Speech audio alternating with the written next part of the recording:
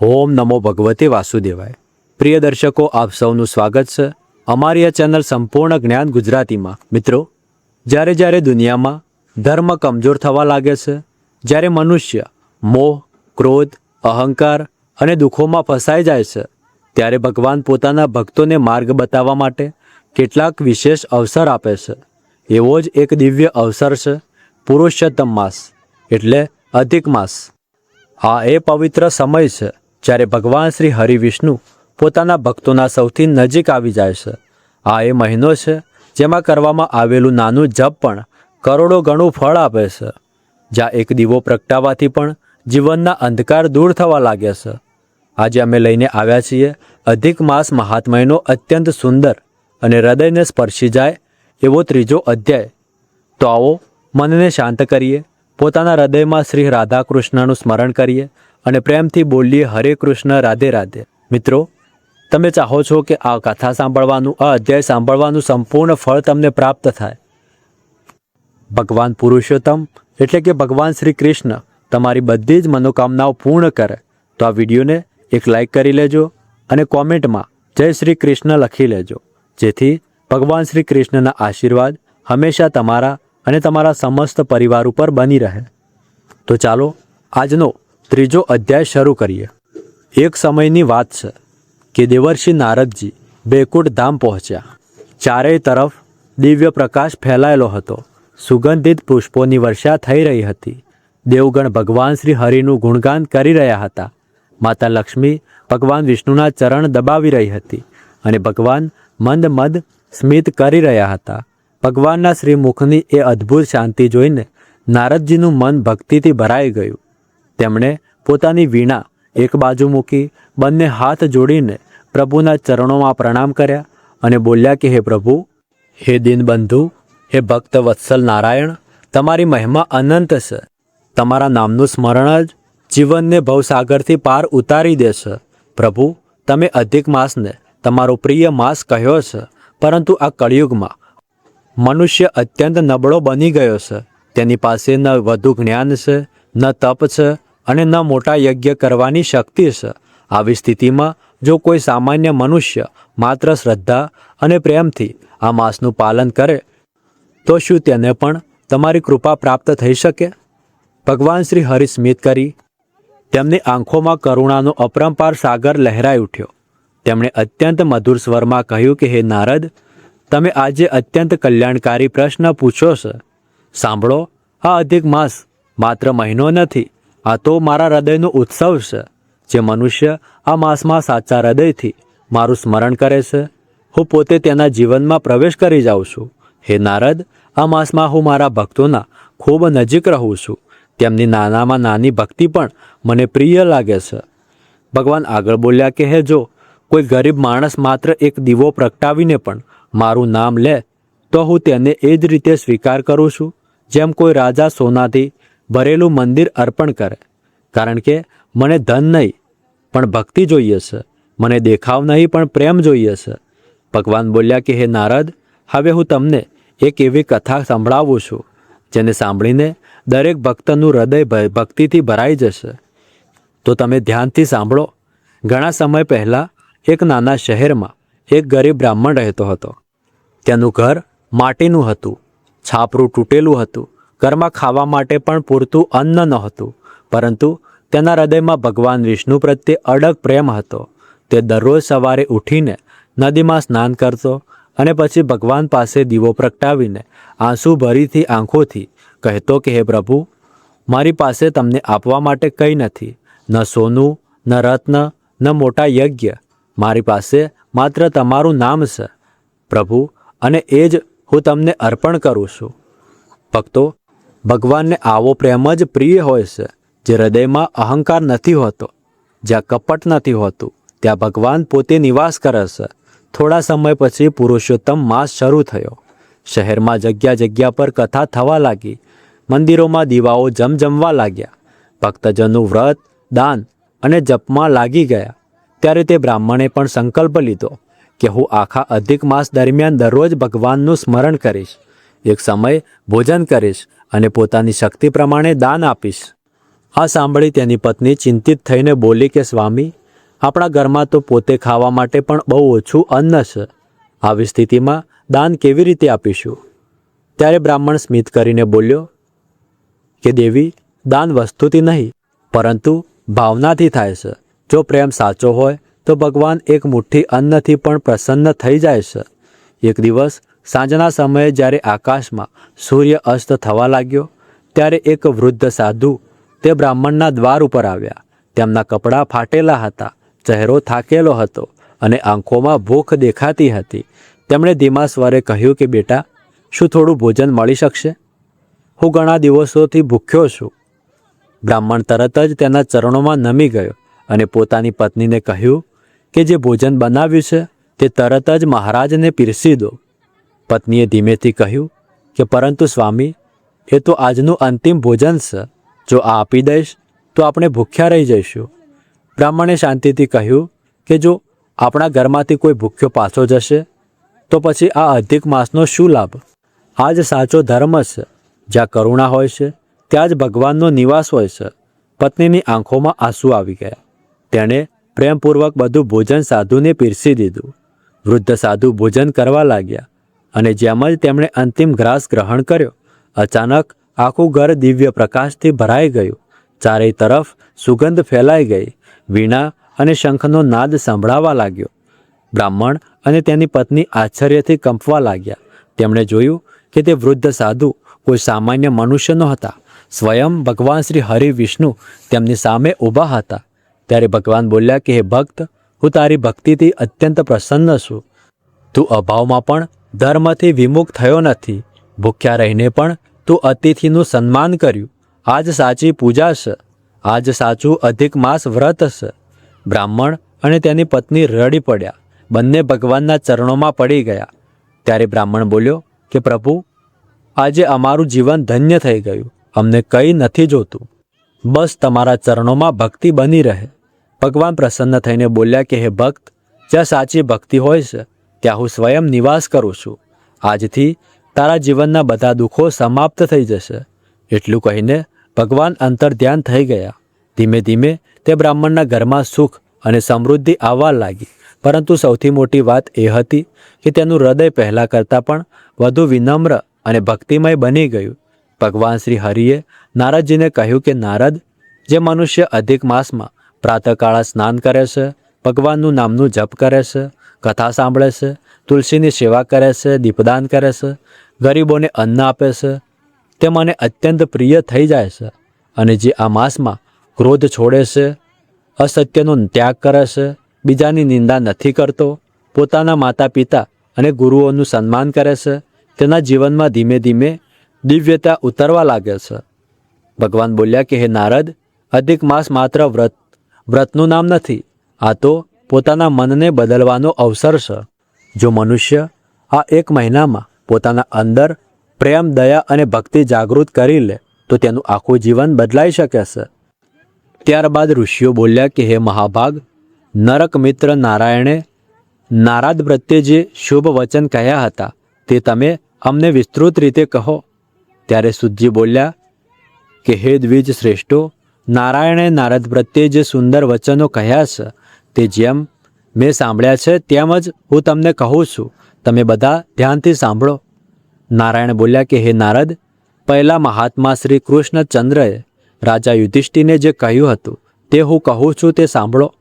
એક સમયે ધાર્મિક રાજા અજાતશત્રુ યુધિષ્ઠિર કપટી ધૃતરાષ્ટ્રના દુષ્ટ પુત્રો દ્વારા જુગારની રમતમાં હારી ગયા.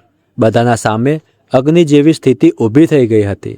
ધર્મપરાયણ દ્રૌપદીના વાળ પકડીને દુષ્ટ દુશાસને તેને ખેંચી અને પછી તેના વસ્ત્ર ઉતારવાનો પ્રયત્ન કર્યો.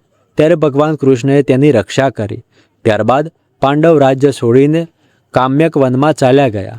ત્યાં અત્યંત કષ્ટભર્યું જીવન જીવી તેઓ વનમાં ફળ ખાઈને સમય પસાર કરવા લાગ્યા. જેમ જંગલી હાથીના શરીર પર ઘણા વાળ હોય છે તેવી જ રીતે પાંડવોના શરીર પર પણ ઘણા વાળ વધી ગયા. આ રીતે દુઃખી પાંડવોને જોવા માટે ભગવાન દેવકી નંદન મુનિઓ સાથે કામ્યક વનમાં ગયા. તે ભગવાનને જોઈને જેમ મૃત શરીરમાં ફરી પ્રાણ આવી જાય તેમ યુધિષ્ઠિર, ભીમસેન, અર્જુન વગેરે પ્રેમથી વ્યાકુળ થઈ તરત જ ઊભા થઈ ગયા અને પ્રેમથી શ્રી કૃષ્ણને ભેટ્યા તથા ભગવાન શ્રી કૃષ્ણના ચરણ કમળોમાં ભક્તિપૂર્વક નમસ્કાર કરવા લાગ્યા. દ્રૌપદીએ પણ ધીમે ધીમે ત્યાં આવી આળસ છોડીને ભગવાનને તરત જ નમસ્કાર કર્યા. તે દુઃખી પાંડવોને મૃગ ચર્મના વસ્ત્રો પહેરાયેલા જોઈ અને તેમનું આખું શરીર ધૂળથી ભરાયેલું હતું. શરીર સુકાઈ ગયેલું, ચારે તરફ વાળ વિખરેલા, અને દ્રૌપદીને પણ એ જ રીતે દુર્લભ શરીરવાળી અને દુઃખોથી ઘેરાયેલી જોઈ ભગવાન અત્યંત દુઃખી થયા. ભક્ત વત્સલ ભગવાન ધૃતરાષ્ટ્રના પુત્રોને ભસ્મ કરવાની ઈચ્છાથી તેમના પર ક્રોધિત થયા. વિશ્વના આત્મા એવા ભગવાને પોતાની બાહુઓ ચઢાવી ભયંકર નજરથી જોવાનું શરૂ કર્યું.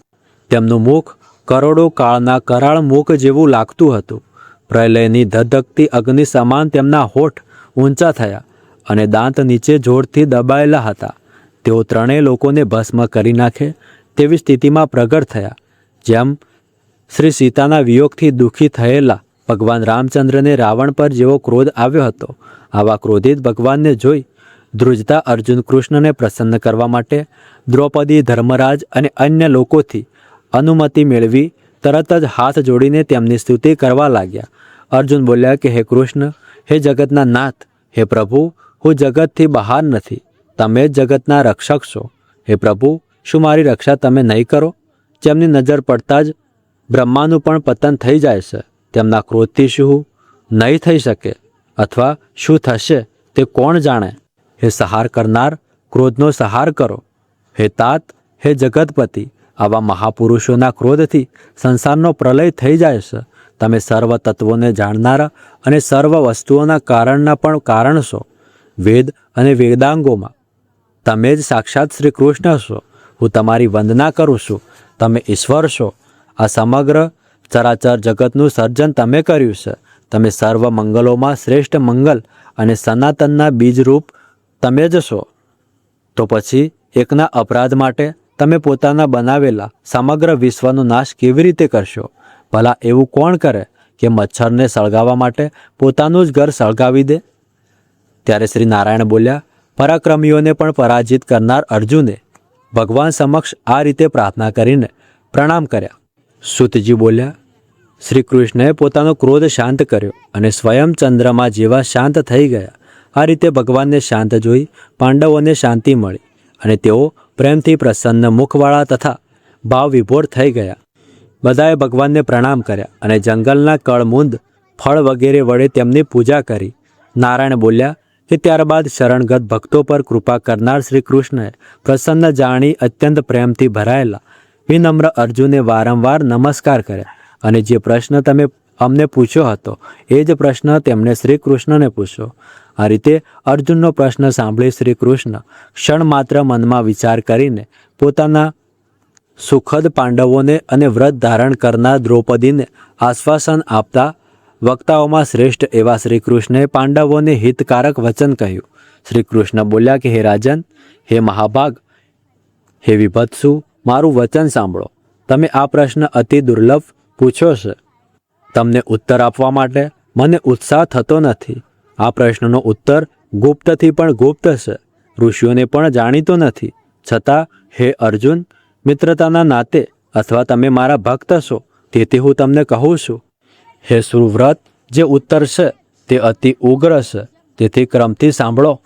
ચૈત્રથી શરૂ થતા 12 માસ, મહિનાના બંને પક્ષ, ઘડીઓ, પ્રહર, 3 અને 6 ઋતુઓ, મુહૂર્ત, દક્ષિણાયન અને ઉત્તરાયણ, વર્ષ, 4 યુગ અને આ રીતે પરાર્ધ સુધીનો જે કાળ છે તે બધું જ તથા નદી, સમુદ્ર, તળાવ, કૂવા, વાવ, ઝરણા, લતાઓ, ઔષધિઓ, વૃક્ષો, વાંસ અને અન્ય વૃક્ષો, જંગલની ઔષધિઓ, નગરો, ગામો, પર્વતો અને પુરીઓ, આ બધું જ મૂર્તિમાન છે અને પોતાના ગુણોથી પૂજાય છે. એમાં એવું કોઈ અપૂર્વ તત્વ નથી જે પોતાના અધિષ્ઠાતૃ દેવતા વગર હોય. પોતાના અધિકારમાં પૂજાતા આ બધા ફળ આપનારા છે.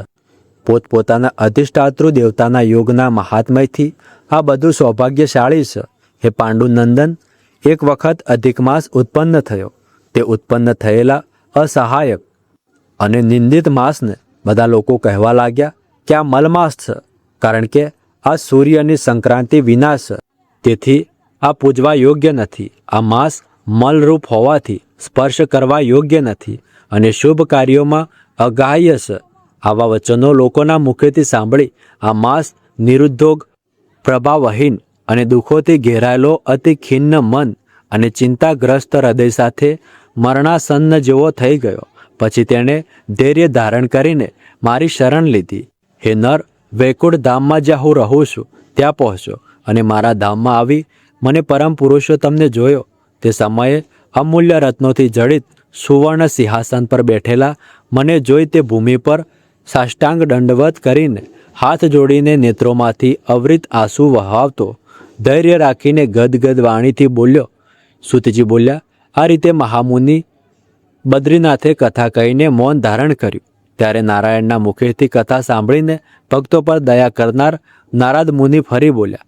નારદ મુનિ બોલ્યા, આ રીતે પોતાની પૂર્ણ કળાથી શોભતા ભગવાન વિષ્ણુના નિર્મળ ધામમાં જઈ ભક્તિથી પ્રાપ્ત થનારા, જગતના પાપો દૂર કરનારા, યોગ્યોને પણ સહેલાઈથી ન મળનારા અને જગતને અભય દાન આપનારા બ્રહ્મરૂપ મુકુંદ જ્યાં હતા તેમના ચરણ કમળોની શરણમાં આવેલ અધિક માસે શું કહ્યું?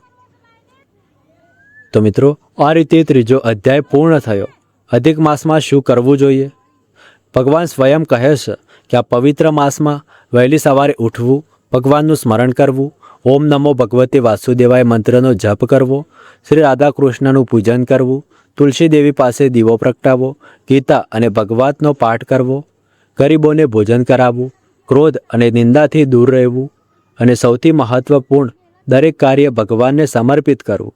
નારદજી આ દિવ્ય કથા સાંભળી ભાવ વિભોર થઈ ગયા. તેમણે હાથ જોડીને કહ્યું, પ્રભુ, ધન્ય છે આ પુરુષોત્તમ માસ, ધન્ય છો તમે કે જે એટલા સરળ ઉપાયોથી પણ પોતાના ભક્તો પર કૃપા વરસાવો છો. ભગવાન શ્રી હરિ સ્મિત કરીને બોલ્યા કે હે નારદ, જે ભક્ત શ્રદ્ધાપૂર્વક આ અધિક મહાત્મયનું શ્રવણ કરે છે તેના જીવનમાંથી અંધકાર દૂર થશે, તેના ઘરમાં સુખ, શાંતિ અને સમૃદ્ધિ આવશે અને અંત સમયે હું સ્વયં તેનો હાથ પકડીને તેને મારા ધામ લઈ જઈશ. તો મિત્રો, હવે આગળ જ્યારે મહર્ષિ વાલ્મીકીએ રાજા દ્રઢ ધનવાને તેમના અહંકારનું દર્પણ બતાવ્યું ત્યારે મહેલના તે ભવ્ય કક્ષમાં સન્નાટો છવાઈ ગયો. રાજાની બુદ્ધિ જે અત્યાર સુધી તર્ક અને શાસ્ત્રોના બળ પર ટકી રહી હતી તે ઋષિના બ્રહ્મ તેજ સામે નિસ્તેજ થઈ ગઈ.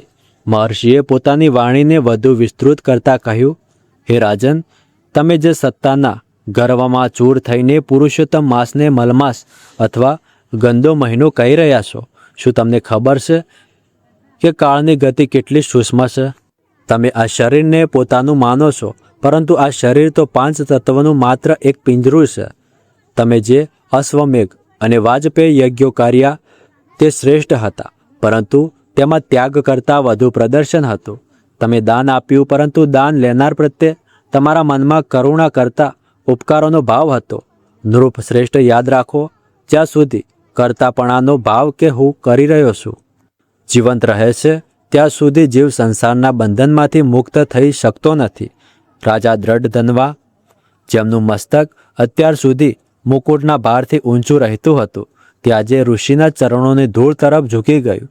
તેમણે અત્યંત વ્યાકુળ થઈને પૂછ્યું કે મહામુને, જો મારા વર્તમાન કર્મો એટલા દૂષિત છે તો પછી વિધાતાએ મને આ ચક્રવર્તી સામ્રાજ્ય, અતુલ્ય સૌંદર્ય અને આ અજ્ઞાનકારી પ્રજા શા માટે આપી? શું ઈશ્વરના નિયમમાં અન્યાય છે કે એક અજ્ઞાનીને એટલું સુખ મળે? મહર્ષિ વાલ્મીકી મંદ મંદ સ્મિત કરવા લાગ્યા અને તેમની આંખોમાં કરુણાની જ્યોતિ ચમકી ઉઠી. તેમણે કહ્યું, રાજન, વિધાતાના ન્યાયમાં અણુ માત્ર પણ ભૂલ નથી. તમે આજે જે વૈભવ ભોગથી ભોગવી રહ્યા છો તે તમારા વર્તમાન કર્મોનું ફળ નથી, પરંતુ તમારા પ્રારબ્ધનો તે ભાગ છે જે તમે પૂર્વ જન્મમાં અતિ દરિદ્ર સ્થિતિમાં એકત્રિત કર્યો હતો. સાંભળો, તમારા પૂર્વ જન્મની આ ગાથા જે તમારા વર્તમાનનું રહસ્ય સમજાવશે. મહર્ષિએ રાજાને તેમના ભૂતકાળમાં લઈ જઈને કહ્યું કે પૂર્વ જન્મમાં તમે સુદેવ નામના અતિ ગરીબ બ્રાહ્મણ હતા. તમારું નિવાસ એક જર્જરિત કુટિયામાં હતું અને તમારું જીવન ભિક્ષા પર આધારિત હતું. તમારી પાસે રહેવાનું યોગ્ય સ્નાન નહોતું અને પહેરવા માટે પૂરતા વસ્ત્રો પણ નહોતા. તમારી પત્ની, જેનું નામ ગોમતી હતું, તે સાક્ષાત લક્ષ્મીનું સ્વરૂપ હતી. દરિદ્રતાને ભયંકર સમયમાં પણ તેણે ક્યારેય તમારો સાથ છોડ્યો ન હતો. એક સમય એવો આવ્યો જ્યારે સમગ્ર પ્રદેશમાં ભયંકર દુષ્કાળ પડ્યો. ન કોઈ ભિક્ષા આપનાર બચ્યો અને ન તો જંગલમાં કંદ મૂળ મળતા હતા. તમે બંને ભૂખથી વ્યાકુળ થઈને જંગલ ભટકવા લાગ્યા. ભટકતા ભટકતા તમે એક એવા દિવ્ય સરોવરના કિનારે પહોંચ્યા જે ઘન જંગલોમાં છુપાયેલું હતું. તે દિવસે સંક્રાંતિ વિનાનો તે માસ ચાલતો હતો જેનો દુનિયા મલમાસ કહીને તિરસ્કાર કરે છે. ભૂખ અને તરસથી વ્યાકુળ હોવાના કારણે તમે બંને તે સરોવરમાં સ્નાન કર્યું. તમારી પાસે ખાવા માટે કંઈ નહોતું, તેથી તમારું આપમેળે ઉપવાસ થઈ ગયું. રાત્રિના સમયે તમે જાગતા જ જાણતા અજાણતા ભગવાન નારાયણનું નામનું જપતા જપતા તે રાત પસાર કરી. ઋષિએ આગળ કહ્યું, રાજન, તે માસ કોઈ સામાન્ય માસ નહોતો, તે સ્વયં પુરુષોત્તમ માસ હતો. તમે તે વ્રત કોઈ વિધિ વિધાન અથવા ફળની ઈચ્છાથી કર્યું નહોતું, પરંતુ મજબૂરીમાં કર્યું હતું. પરંતુ પુરુષોત્તમ માસની મહિમા એવી અલૌકિક છે કે જો કોઈ અજાણતા પણ અથવા કોઈ પશુ પક્ષીને જેમ ભૂખથી વ્યાકુળ થઈને પણ આ માસમાં ઉપવાસ અને પવિત્ર જળનો સ્પર્શ કરી લે તો તેના કરોડો જન્મોના સંચિત પાપ પણ ભસ્મ થઈ જાય છે. તે જ નિષ્કામ ઉપવાસ અને સ્નાનના પુણ્યના પ્રભાવથી આજે તમે અનર્થ દેશના રાજા બન્યા છો. જે સીડી પર ચડીને તમે શિખર સુધી પહોંચ્યા છો, આજે તમે એ જ સીડીનું અપમાન કરી રહ્યા છો. જે માસ સાક્ષાત શ્રી હરિનું સ્વરૂપ છે, તેને મલ કહેવું તમારા વિનાશનું કારણ બની શકે છે. રાજા દ્રઢધનવા આ સાંભળીને ધ્રુજવા લાગ્યા. તેમને અનુભવ થયો કે તેઓ એક ઊંડા ખાડામાં પડી રહ્યા છે.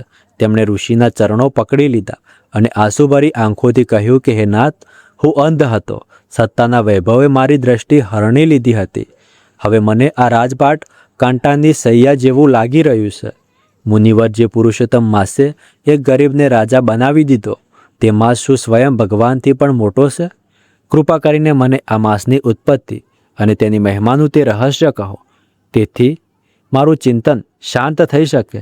મહર્ષિ વાલ્મીકીએ રાજાને ઊભા કરીને હૃદયથી લગાવી લીધા અને કહ્યું, પુત્ર, હવે તમે જ્ઞાનના પાત્ર બન્યા છો. આ સંસારમાં કાળ જ ઈશ્વર છે. જ્યારે આ માસ દુઃખી થઈને વેકુંઠ ગયો ત્યારે સ્વયં ભગવાન વિષ્ણુએ તેને પોતાનું નામ આપીને પુરુષોત્તમ બનાવ્યો.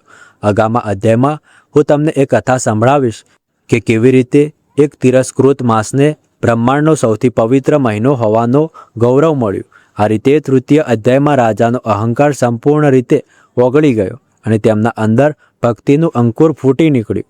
આ અધ્યાય આપણને શીખવે છે કે અજાણતા કરેલી ભક્તિ પણ ફળ આપે છે.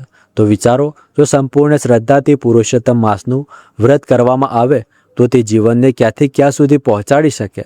જે મનુષ્ય રાજા દ્રઢધનવા અને મહર્ષિ વાલ્મીકીના આ સંવાદને એકાગ્ર થઈને સાંભળે છે, તેના જીવનમાં દુર્ભાગ્ય અને દરિદ્રતાનો નાશ થાય છે અને તેને પોતાના પૂર્વ જન્મોના દોષોમાંથી મુક્તિ મળે છે. બોલો પુરુષોત્તમ માસ ભગવાનની જય. તો મિત્રો, આ હતું અધિક માસ મહાત્મ્યનું પવિત્ર ત્રીજો અધ્યાય. જો આ કથાએ તમારા હૃદયને સ્પર્શ કર્યો હોય તો અમને કોમેન્ટમાં પ્રેમથી લખો, જય શ્રી કૃષ્ણ.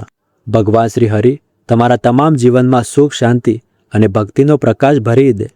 વિડીયો જો સારો લાગ્યો હોય તો વિડીયોને લાઇક કરો, શેર કરો અને હાઇપ કરો. અને અમારા પરિવાર સાથે જોડાવા માટે ચેનલને જરૂર સબસ્ક્રાઈબ કરો. ફરી મળીએ અધિક માસ મહાત્મ્યના આગામી અધ્યાય સાથે.